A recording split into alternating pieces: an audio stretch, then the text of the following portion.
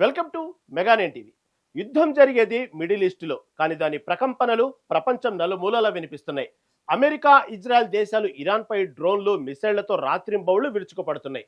Supreme leader Khamenei మరణం తర్వాత ప్రతీకారంతో రగిలిపోతున్న Iran America రాడర్లకు కూడా చిక్కని ప్లాస్టిక్ డ్రోన్లతో ఊహించని దాడులు చేస్తుంది. దీని ఫలితం ప్రపంచ ఇంధన రవాణాకు గుండెకాయ లాంటి హర్మూజ్ జలసంధి పూర్తిగా స్తంభించిపోయింది. కిలోమీటర్ల మేర చమురు నౌకలు సముద్రంలో ఆగిపోవడంతో గ్లోబల్ ఆయిల్ క్రైసిస్ మొదలైంది.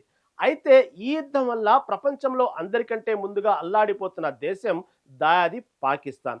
అప్పటికే అప్పుల్లో కూరుకుపోయిన పాకిస్తాన్ ప్రభుత్వానికి ఈ ఇంధన కొరత ఊపిరాడకుండా చేసింది. ప్రత్యామ్నాయం లేక షెహబాజ్ షరీఫ్ ప్రభుత్వం పాక్ ప్రజలపై అతిపెద్ద పెట్రోల్ బాంబు వేసింది. లీటర్ పెట్రోల్ పై ఏకంగా 55 రూపాయలు పెంచుతూ సంచలన నిర్ణయం తీసుకుంది. గ్లోబల్ ఎకానమీ అంటే ఒకదానికొకటి ముడిపడి ఉన్న గొలుసు లాంటిది. ఎక్కడో అమెరికా, ఇరాన్, ఇజ్రాయెల్ మధ్య యుద్ధం జరిగితే దాని సైడ్ ఎఫెక్ట్స్ ముందుగా ఆర్థికంగా బలహీనంగా ఉన్న దేశాలపైనే పడతాయి. ప్రస్తుతం పాకిస్తాన్ సరిగ్గా అలాంటి భయంకరమైన పరిస్థితిని ఎదుర్కొంటుంది. పాక్లో తరచుగా జరిగే బాంబు దాడులు, ద్రవ్యోల్బణం, ఆకాశాన్ని అంటుతున్న నిత్యావసరాల ధరలతో అక్కడి ప్రజలు చుక్కలు చూస్తున్నారు. ఇలాంటి తరుణంలో మిడిల్ ఈస్ట్ ఉద్రిక్తతల కారణంగా చమురు నౌకల రాకపోకలు స్తంభించిపోవడంతో పాకిస్తాన్లో ఇంధన నిల్వలు పూర్తిగా అడుగంటిపోయాయి.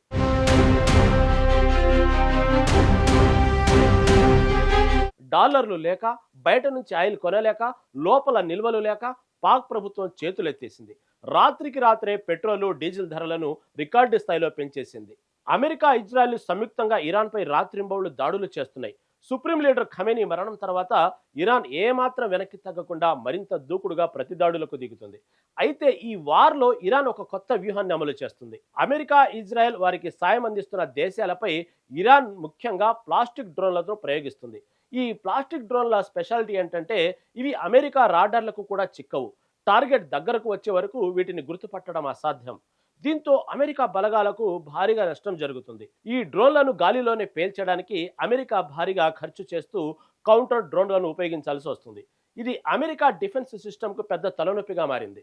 ఈ క్షిపణి మరియు డ్రోన్ దాడుల ప్రభావం నేరుగా సముద్ర రవాణాపై పడింది. ప్రపంచ ఇంధన రవాణాలో అత్యంత కీలకమైన హర్ముజ్ జలసంధి దగ్గర భారీగా ఇంధన నౌకలు నిలిచిపోయాయి.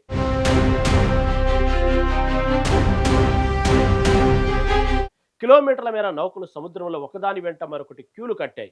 ఈ నౌకలకు రక్షణ కల్పించడానికి పహారా కోసం యుఎస్ బలగాలు అక్కడే వేచి చూస్తున్నాయి. ఇంధన నౌకల రాకపోకలు పూర్తిగా స్తంభించిపోవడంతో ప్రపంచవ్యాప్తంగా క్రమంగా ఇంధన కొరత పెరుగుతుంది.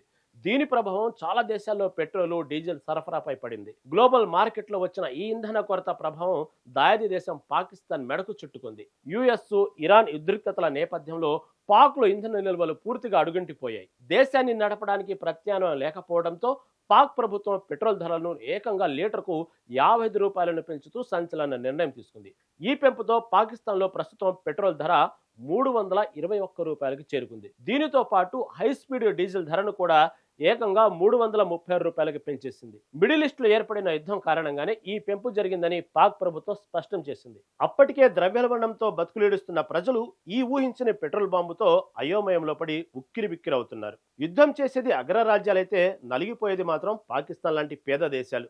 సొంతంగా ఇంధన నిల్వలు లేకపోవడం, ఫారెక్స్ రిజర్వులు అడుగంటిపోవడంతో పాకిస్తాన్ ఎకనామీ ఇప్పుడు వెంటిలేటర్ మీదకు చేరింది. రాత్రికి రాత్రే లీటర్పై 55 రూపాయలు పెంచడం అంటే ఆ దేశంలో సామాన్యుడి బతుకు ఎంత కష్టంగా మారిందో మనం అర్థం చేసుకోవచ్చు.